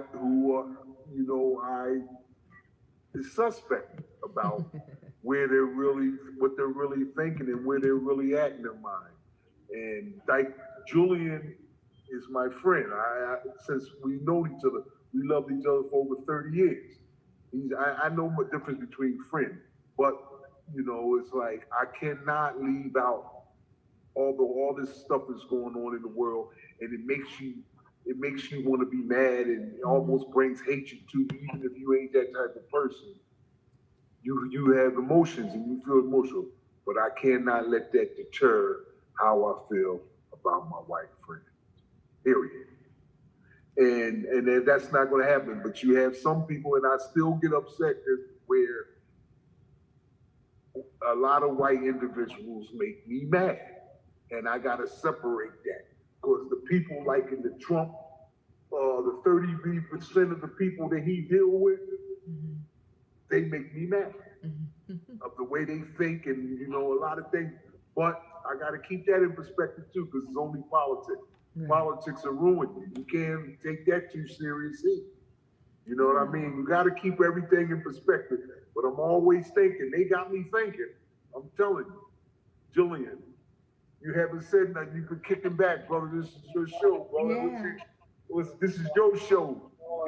We want to hear you, man. We miss you, brother. Yes. That's what Black Lives Matter for me, man. I heard what you all said. Look, I'm on board, and let's move on. Yeah. Let's do it. The business side of things for you, Julian. I have a couple pages of notes on you, sir. The business side, the business drama, Hollywood talk. What has that been like for you, particularly? And I'm using the word Hollywood talk. That's the word Lori and I kind of use. She could probably give you more detail. But in terms of, I think we talked a little bit before the differences of the bi-coastal situation, but what has it been like for you in terms of getting connected to the right people? Have you run into a lot of static, and how do you handle those barriers in your career? When I was in New York, it keeps coming back to Spike Lee. I auditioned a lot for Robbie Reed, who was his main casting director. I don't come from the hood. I was born in Cincinnati, all black neighborhood growing up. About the 5th grade, my mom moved us over to this all white neighborhood. Went to college every now and then. People think I have a master's and whatever. I'm like, no. I went to 1-year college. I just like reading, and I'm an actor. So, I had a Southern accent when I went to New York. I used to talk like this and say man and can, and I'm gonna go do the wash. So I was a hillbilly. So that was the first obstacle. My commercial agent would not send me out. She's like, a black man with a Southern accent ain't gonna work. She said, it's commercial, so you gotta, take speech and diction. So for a year and a half, this little old lady from Philly, twice a week, speech and diction. Because when you do a commercial, they want that Midwestern nondescript accent, which is really no accent. Right. Because you don't want people to think of someone from New York or the South or from England unless that's pertaining to the product. Okay. So that was the first thing. Then auditioning, I had a lot of auditions for Spike Lee movies back then, but the direction was, can you be more ghetto? Okay. And I said, oh, you got rappers out there, you got ghetto actors, hire them. There are educated black men who are articulate. So I had a problem. I never would get a call back with them, with Robbie Reed for a Spike Lee movie. And I guess it all, comes to a head with the thing at the, NYU. So that's why I basically decided to get more into writing my own stuff. Okay. I have two scripts out there now that one's a heist film, one's another one that is takes place in Lagos, Nigeria, dedicated to a brother named Ken Saro-Wiwa, who was an activist over there, which their government at the time ended up hanging because he was trying to get shell oil to stop drilling in the Agoni region. So I have a whole script. It's amazing. His name's Ken Saro-Wiwa. Just amazing what happened. So those scripts have been out, and the feedback I'm getting is that they're too radical. They question, especially the heist. It takes place where it's in New York City in a brownstone, and these, they get caught in there, and now you have these criminals, half are black men, and then you have all these upper white rich people, and the film is about the interaction with each other and talking and looking underneath racism and classism and all this stuff. And it's still, I had great feedback, but they kept saying it's just no one wants to make a radical film like this. So it's hard for me because I have two scripts that I want to make, but no one wants to invest in them. I had Bing Raines interested in the heist film, and we still couldn't get anyone to jump on funding wise. I was going to ask you, actually, that was my next question. How has that been for you? I know it's outlined in your documentary, A Journey to Sundance. I wanted to know, what does that feel like on that funding side of things? How do you have a pool of investors that you work with routinely, or is each particular project a new hunt, if you will? Well, the film is a total of a 13-year horrible odyssey. It's finally done.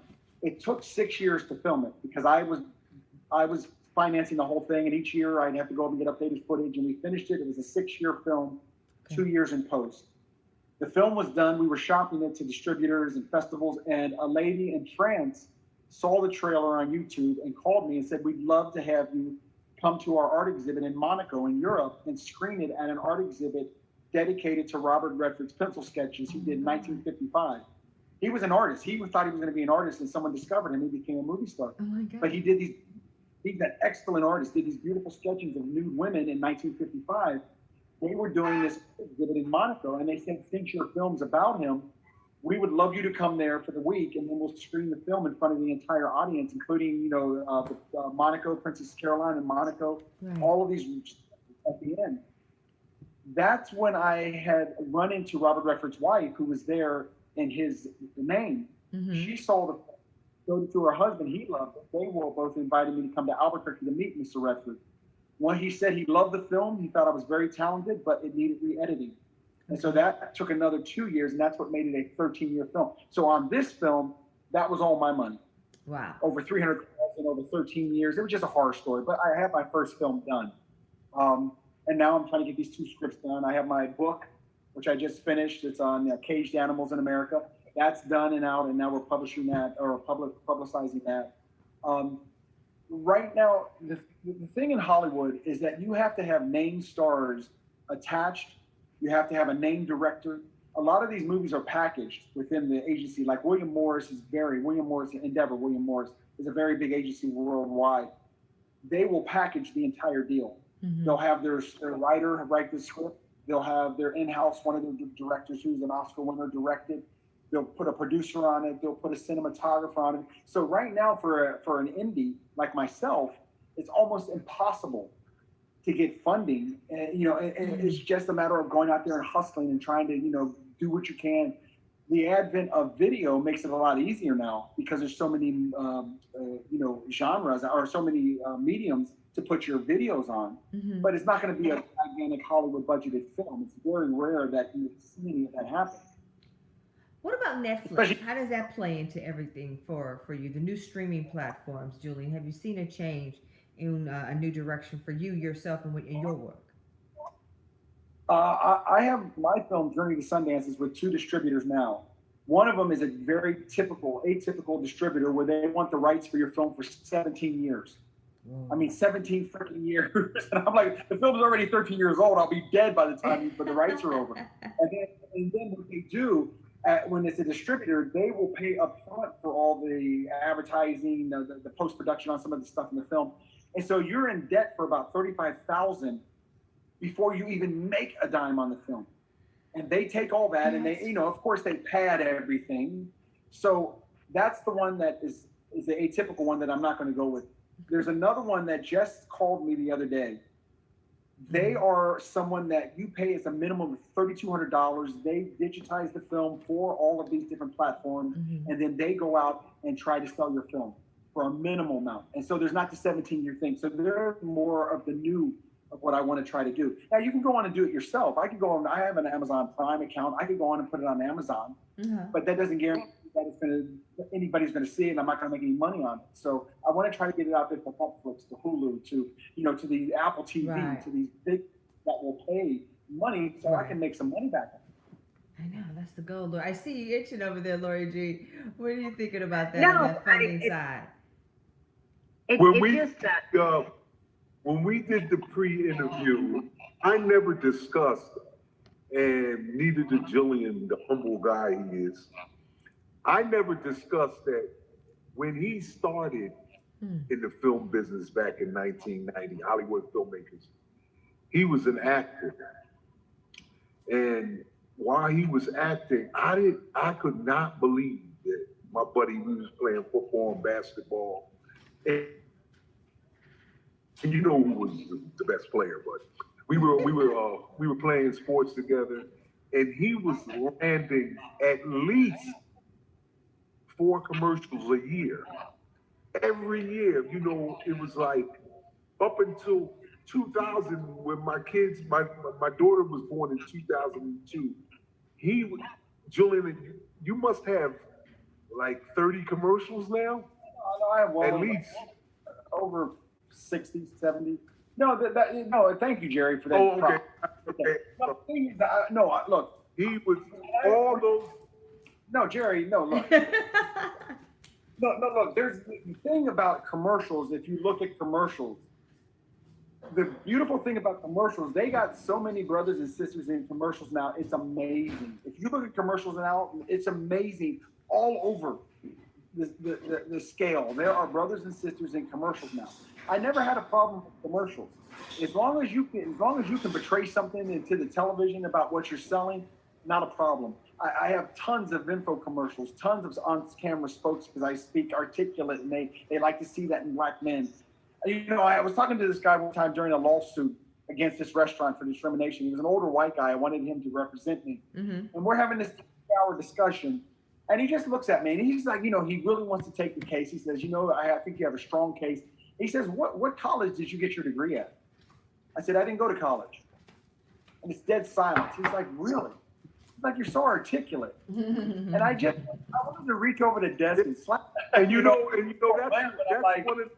Well, the thing is, I'm just like, come on, dude. I mean, do I have to keep excusing that I'm not this ghetto? You know what I'm saying? You know what I'm saying? I'm not that. But accept that. That's on you. One of the reasons that I wanted to become your friend is because I wanted some of that articulence to rub off on me. Because I was, I talk like I do, Frank. I'm from the hood. You know what I mean? Did you ever want some of my hoodness to rub off on you? I did in my heist film. He's one of the characters, Big Tap. For real? Oh my God. He's a character called Big Tap. He's in it. That's awesome. I said, so if they make, when me and Julian used to hang, I said, if they put us together and made a mold out of both of us brothers, ooh, man, we would be some bad boys. Oh my God. You know what I mean? Julian don't get movie though. Because this is the true story. He used to get mad at me because a lot of black people, and I saw it, and then, I had to stick up for it. I saw it. A lot of black people didn't want to really embrace him because he was articulate. Okay. We go through, black people do that. They're very, you know what I mean? You understand what I'm saying? It's not just that. It's because I hold them accountable just like I hold white people accountable. And I will call them on their hypocrisy. And I did that to a bunch of your boys down in Fort. I'll tell you a story. we both know this brother. I won't say his name, but he was wearing Calvin Klein underwear. This is back in like the 90s, right? Mm-hmm. And I happened to see he was wearing his Calvins, right? And that was a big thing back in the day. Yes, it was. And I said, why are you sporting Calvin Klein? And I was a fit model back then. So I was on companies and everything, but I could not get into an audition for a Calvin Klein underwear commercial or print job. Could not, because he wouldn't put black people in his underwear. And so I asked this guy, I said, why are you wearing Calvins? I'll call you back. Pro-black, this and that, and I'm not going to tell you who it is. And I said, man, you're full of crap. He's like, what are you talking about? I said, you're sitting there talking about pro-black, this, that, stand together, and you're sitting there wearing racist Calvin Klein underwear. And he starts looking at me. He's like, well, what do you mean? I said, I'll tell you how dumb you idiots are that wear Calvin Kleins because you think it's cool. I said, Calvin Klein, where do you think they got the idea of putting a name on a strand of underwear, and so the pants hang down so you can see it? Where do you think they saw that in the first place? People in the industry, in the ghetto, where kids were wearing pants that were too big for them because, you know, they had to grow into them, so they saw their underwear. So instead of Calvin Klein, it was great advertising. They said, you know what? We could put our underwear on a poster board, have someone wear our Calvin Kleins and the pants hanging down. That's how we'll sell it. And that's what they did back in the 90s. It was a gigantic campaign.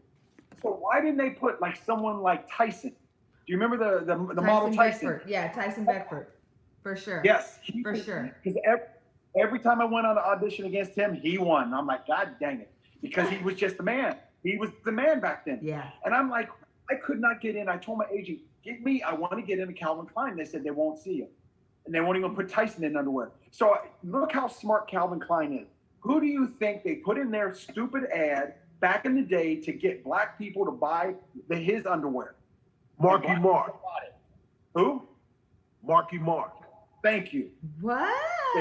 Marky Mark and like he is, and Marky Mark was arrested for freaking racism and beating up someone because he was an Asian or something. So they put him in the underwear. And all the boys in the hood were like, oh, yo, we gotta get our Calvins and put the Calvins on. And I'm like, you don't see, that's how smart they are by this reverse bull crap. So there you go. There's my rant about. Well, I got issues with Calvin. I got issues with Spike. Right? That's what it is, because it's a lot. I was just talking about, I'm going back to A Journey to Sundance. Please forgive me for my misspeaking, because I have a page full of notes here. No, please do. Please. But what I was just going to say is that I want to talk about your drive and tenacity. I was just blown away. These are just some of the many things that popped out at me while filming your work. We're talking 13 years. That's a long time. That's a massive commitment from your spirit, from your soul, from the inner man, from who you are and your existence. And I'm going to get more into why I appreciate you so much. But thank you. That's just for now. Tenacity and drive. Where do you pull that from, please? You saw when I was living in my car for the first like 2 months, right? Yes. And it was the Oscar night. And I came back on camera and I talked about my mom and how she called me and was talking about, because we weren't brought up, we had no money, and she brought up 8 of us by herself. And she would always call me and say, when hurry up, get famous, come on, we need help. And that drove me so freaking hard. And I remember I would go into Starbucks during the day when I lived in my car, because the reason I lived in my car wasn't freaking a bum. I was dating a girl, living at her place. We got into a big fight about a month before the Sundance Festival, and I'd saved all my money up for the festival. And I had everything planned and all that. We got in a big fight. She kicked me out. And I'm like, oh my God, what am I going to do? If I get an apartment, I can't go and do my film. I said, screw it, I'm going to live in my SUV. So that's why I'm living in my SUV. I remember the first night I filmed it, on camera, I said, I cannot believe I'm a grown man living in my SUV. This sucks. Because I was really embarrassed. And there was no one else there. I was just saying it to the camera. But that entire time I was planning for the film, my mom was in my head, because that's who I have always wanted to help. I remember I'd go into Starbucks for 3 or 4 hours of work, and then I'd go into my car and go to sleep. And that particular day, the Oscars was on, and everybody's thanking their mom and this and that. And I go into the car and turn the camera on, and I said, you know, this really sucks. I'm trying to get this film made, and there's so many obstacles, and I can't seem to just do the right thing at the right time. And I'm living in my car, and I'm broke, and and then again in the film, you see a year later she had passed away before any of that was realized. So the drive comes from, one thing I've always done is if I start something, I have to finish it. People just kept saying, "Okay, the film's 6 years old, leave it alone." I'm like, it's a 6-year-old film, but it's my film. Yes. It's not your film. You didn't. It wasn't just the money I spent. I don't very much value money. I never have. I'm always, if I see something, I'll buy it. Right. Not crap. If I see a camera, it's going to help me with my film, I'll buy it. Right. And so what if I have to miss rent? So it wasn't that. It was about, this is my film. It's my passion. And I want to see it finished. Yeah. And then when Redford got a chance to see it after that 8 years, and he hugged me in this party, he came and said, "Julian," he's a small guy, so he reached up. He said, "Julian, this is Robert Redford, a 60-year freaking actor." He said, "Julian, you're such a talented filmmaker. I loved your film." He said the reason he loved it, he said he thought it was going to be a regular E! Entertainment interviewing stars about how great Sundance was. Because that's when his wife brought it to him. He thought that's what it was. He said he watched it for 2 hours and could not believe it was about my struggle over 8 years trying to get my freaking film done. That's what he loved about the film. Right. And that's what drove me. I'm like, yes, it is that struggle. And trust me, if it could have been done the first year and we'd have sold it, then I would have been on to trying to get my heist film budgeted and then on to the next film. Definitely. And the other thing I say in the film, it's not like I was sitting in my closet for 13 years and every time I got a thought about my film, I'd open the door to the editor and go, "Put that in," and close the door. No, I went to photography school after. I traveled the world. I was in Europe for 2 months. I traveled America for 3 years and made my first book. So I'm an accomplished author now. So the film was just something that was in the background that I'm like, it's not finished. I got to get this film out. Wow. I know. It's wild. This is what I want to do. I was going to talk about jumping through hoops because sometimes you have to do that. And where I'm going to go now is talk a little bit about me, Julian, and about connections and spirits and energies and just a little bit of who I am, Julian, and humility. So I too am an author, and I have a book titled The Poetess Reigns, and it is a collection of poetic art, and I published in 2013. Just want to give you that tidbit because my show is about you, but I just wanted to do a little bit of a blend tonight. And so what I like to do is I like to share a piece of poetry since we are the Poetry of Justice show with JackieRay Phillips. And so what I like to do is this piece was written in 2014, I think I did this piece, and it's called Transitions. And as you've been speaking tonight, and as I watched your work, I was inspired and the Spirit said to share this, and it's just been burning on me as I've been spacing because it's like I want to get this out. You know, you're an artist, and you, so you know what that is, and that's why it was resonating again to that high energy when you open up the film. But I'm gonna get my energy down because I really want you to enjoy this. This is from me to you, from being our guest on the show and all the comedy and fun we've had, but from me to you. This is called Transitions. Transitions. Intentions. Renditions. Competitions. Just a few of these I mention. Deoxyribonuclease. Alteration of the cannabis. Images that are picturesque, seductive as the burlesque, dancer, prancer, donner and vixen, scratching at the surface, awaiting the conviction deep in my spirit.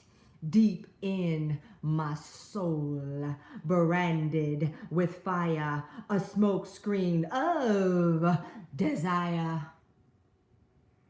Passion erupts, erotic and abrupt.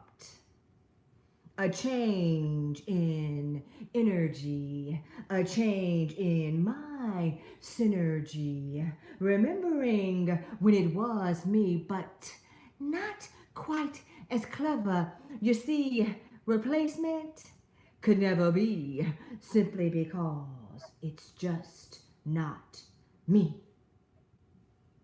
A movement, development, doing the right thing, back and forth in the swing, more than just a fling.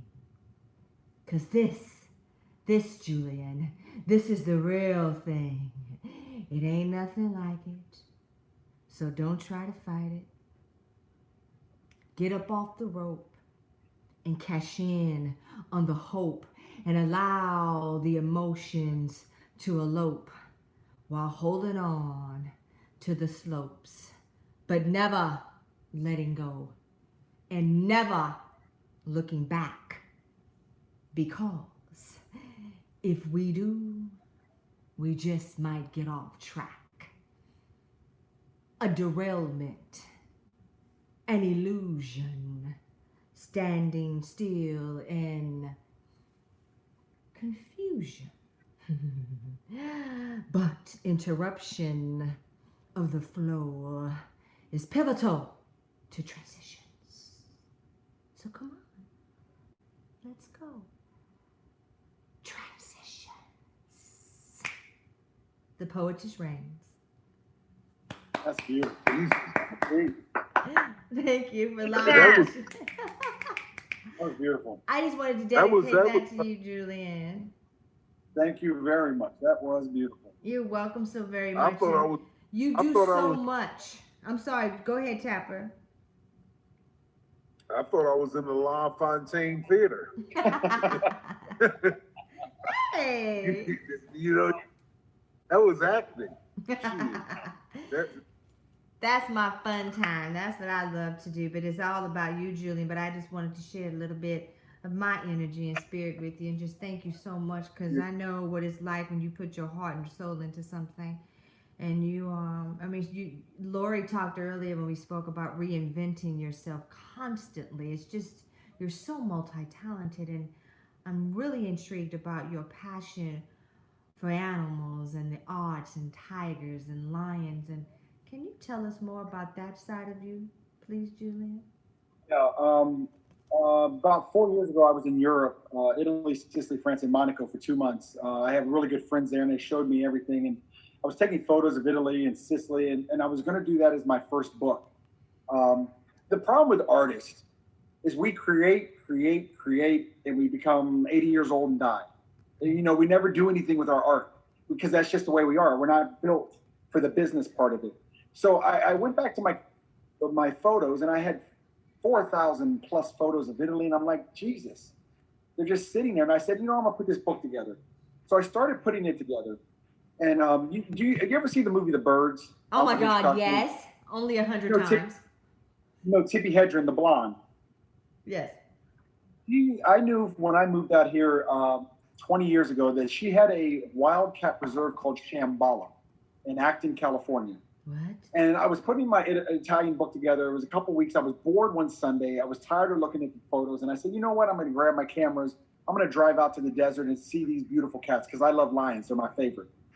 So I go out there for 3 hours taking photos of all these beautiful cats. The first cat is a giant male lion, and it's her main cat named Henson. And I'm there with about the people, and it's kind of drizzling, and I have my camera, and I'm right in front of him, and he just keeps staring at me. And everyone's laughing because he's not looking at anybody else, and I'm just clicking. And so we do the 3-hour tour. We're about to leave, and Tippi Hedren, she lives on the compound. And as we're leaving, the guide said, oh my God, here's Miss Hedren. And she comes walking out, 86 years old. And she says, sit down, everybody. I want to thank you. Thank you for coming out here. She said, look, the first thing she said, this is a necessary evil. She said, nobody wants to see these beautiful animals in captivity. Right. But she said, She did 2 movies in 73 in Africa, back to back, and fell in love with lions. And she said even then, she was horrified about game hunting and poaching of all these other animals. Yes. And, you know, the big game hunting where they just shoot these beautiful lions to put them on their freaking mantle. Yes. So she just come back to LA and do this in 1974, put this whole giant preserve together. And she said, I'm here to protect them till the day I die and then beyond. And she said, we're nonprofit, so please donate or symbolically adopt a cat. So I end up going home and I'm uploading the animal photos, and Henson pops up on my computer, and I'm like, you know, the Italy book can wait. That's a for-profit. I can always do that. I said, I'm gonna take off because I love the lion and I love animals. I'm gonna take off for a year and I'm gonna travel America and go to as many zoos and sanctuaries and take photos of caged animals. That's gonna be the premise of my book. And so actually, this is Henson right here. Wow. Oh my God.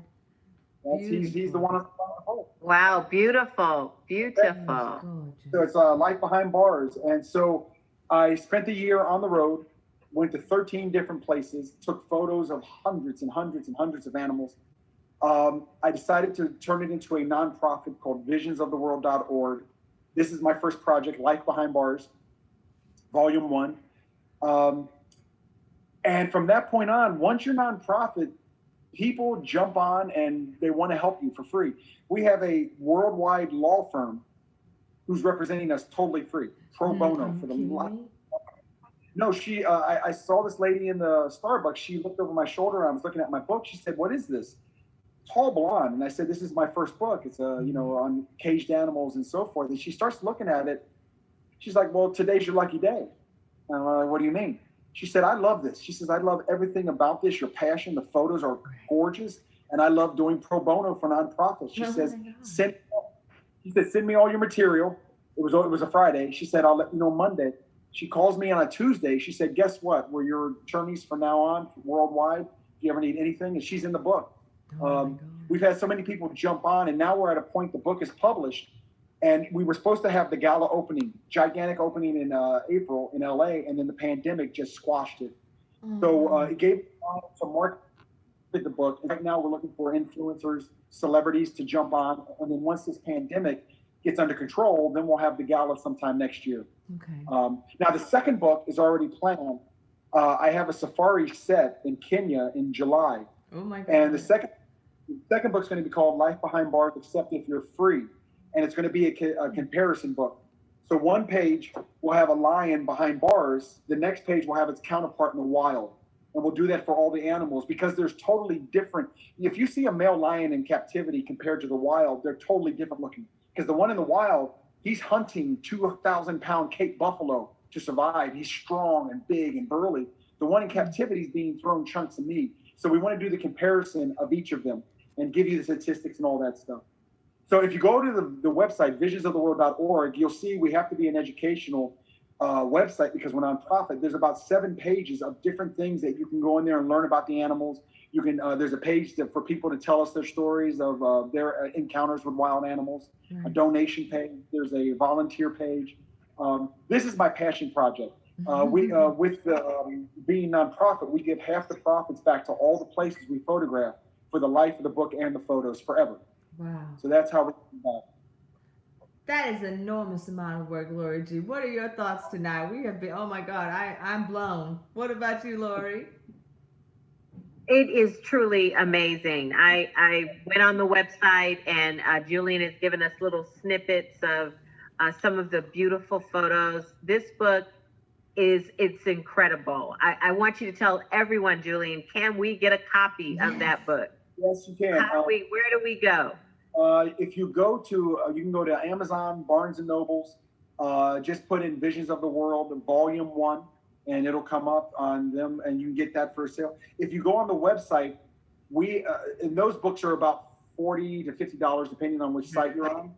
If you go to the website, the book's $100, and it's 100% vegan. Are you serious? Now, people go, vegan? What's the book have to do with vegan? Glue is made out of horse parts. And so we had to find it. Yeah, I didn't know what that meant. Because I remember my mom when we were small, if we got in trouble, she said, we'd always say she would send us to the glue factory. And I was like, what the heck? So we had to find a vegan glue, and so on the website, it's a double price, but it's a better quality book. It's vegan glue. But I want to show you one photo that is my favorite. I was at the San Diego Safari Park, unbelievable preserve, and we're waiting for the silverback gorilla to come out. He's like a 500-pound monstrosity, and we're waiting for him. And it's about an hour before lunch, and so the lady on the microphone said, "Just be patient." It was really hot. She said, the silverback will be out at lunch. That's how he comes out, and we feed him, and you'll see him. So in the meantime, there's all these old retired people behind me because it was during the week, and there was all these old people behind me. They were looking at my 3 cameras hanging off me and asking me questions, and I'm photographing the female gorilla, and the baby is sitting right on her lap, and the female gorilla, she's like this the whole time. And during the day, I still have my flash on to pop in their pupil to get some kind of life in their pupils. And as I'm flashing, and my camera takes like 12 stills per second, I'm like, and I'm just, I'm flashing and taking a picture of this female, and she's like this, and all of a sudden I hear everybody start laughing behind me. And I stopped. I said, "What was so funny?" And this little old lady said, "The gorilla just flipped you off." No. I said, "Well, excuse me?" And so I went and looked back at the procession of the gorilla photos. And as she's doing this, you can see the pop. And, remember those pencil sketches and cartoons where you can do one after the other? Right. Yeah. So I'm looking through all my because I didn't really notice it in the camera. I'm looking through on the playback. And as you see the flash in her eye, she slowly does this. And I'm like, wow. And this is the photo right here. Oh my wow. gosh. And there, I have, Mom. it was amazing. So then after, let me show you what she did after. So after everybody's laughing at her, and she gave me the bird. She decides that she's going to grace me with a pose. Let me show you real quick. So after she flipped me off, she decided she was going to give me the picture that I was looking for. Oh wow! Ah, beautiful. Very nice. Oh my gosh! Beautiful. But when you look through the book, the thing that is the most amazing thing is when you look in the primates, the chimps, the baboons, the gorillas, the macaques, all of the primates that have DNA close to ours. They're looking into the camera, and you can tell that something is going. They're trying to figure you out. It's amazing because it's like looking at a human with hair.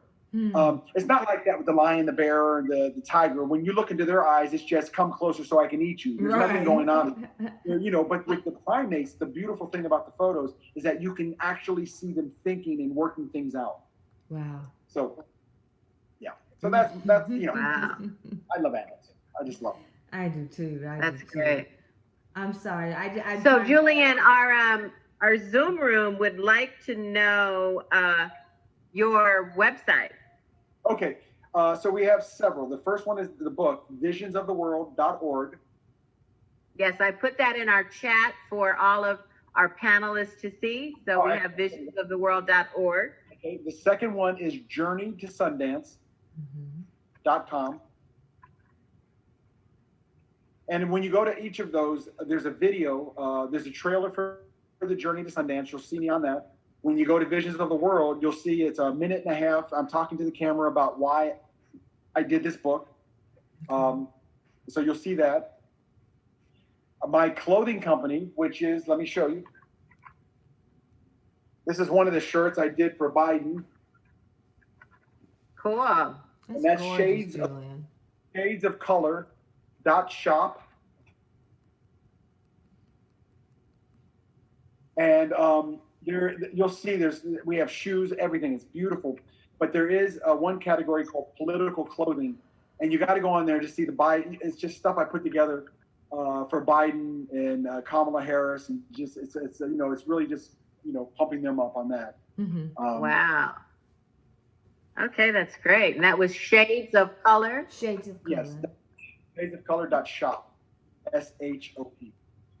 Okay. Here we go. I can drop that in the chat as well. And then the last one is just Julian Stark's photography, and that's my photography from all over the world.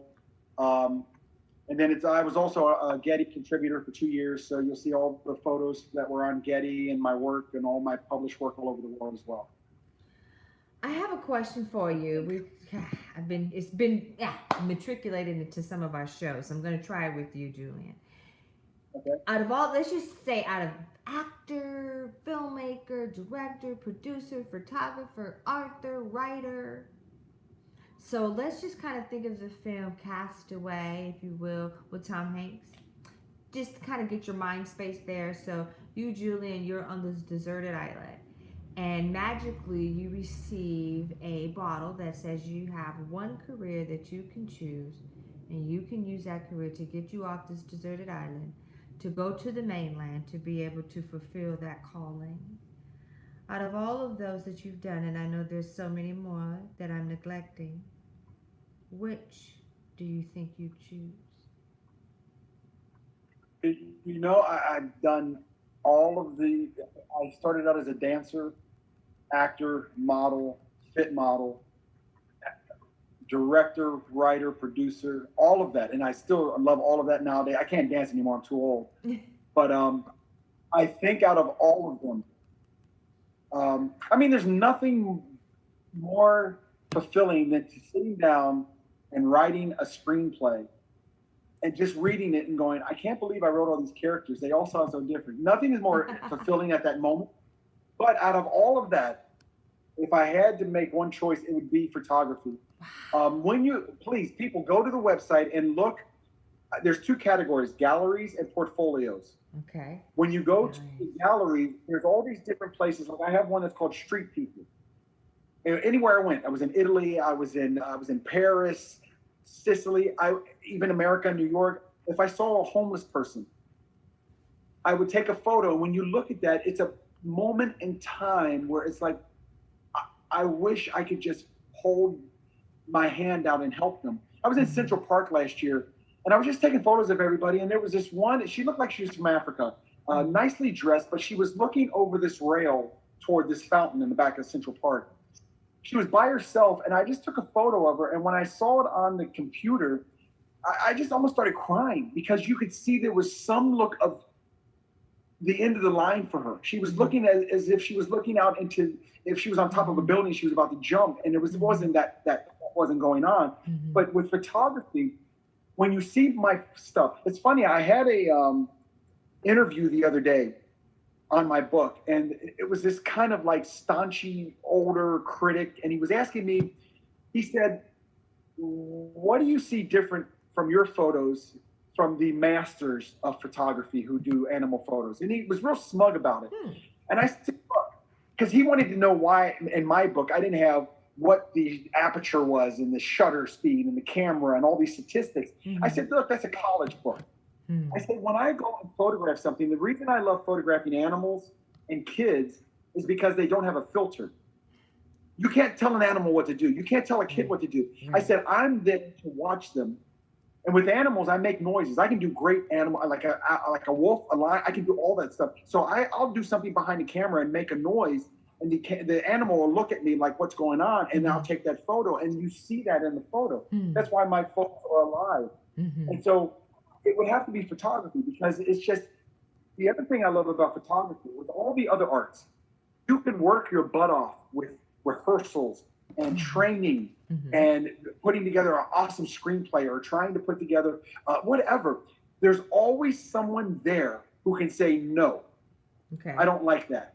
Change that. With this film, Journey to Sundance, you have no idea how many edits we have done because people have come on board and said, we got to do a re-edit.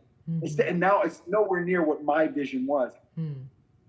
With a photo, it's me and whoever I'm taking the photo of, and there's no one there. The photos you see in the book are my choice, my passion through the lens, and no one was there to edit them. Sounds as Wait a minute, let me ask a question. Yes, Tat. It's amazing, you know, when you take photos, you just gave a description of your photo you take, but you give great descriptions. You said someone was staunchy. What did you say? He was staunchy what? Right, yeah, staunchy, you know, arrogant, whatever, yes. Okay, if you took a photo of me, what would you say about me? What would you say my characteristics? I'll tell you exactly. You know, the most complimented in my website, you go to families. When I moved back to New York 5 years ago, the first thing I did was photograph Jerry and his kids in white. Aww. Do you know those photos, Jerry, get the biggest compliments of all my photos of families? Oh my God, that's beautiful. So Jerry, if you look at your photos when I took them, you will see exactly what I think of you because it comes right through. When I see those photos, I'm like, that's my boy. Because because we joke around. Actually, I was really pissed at him because he made me wait a half hour in the rain, and I screamed at him for wasting my life. Oh my God. You know what he used to call. See, he changed it up. I guess because we're on the show. He's not. He's being politically correct. But I thought he would say something what he usually tells me on the phone when we're talking, like, I am a whale caucus. Or what is, no, that's what we're messing you gotta around. hear. No, you asked me a legitimate question about photography and what I saw on you, Jerry.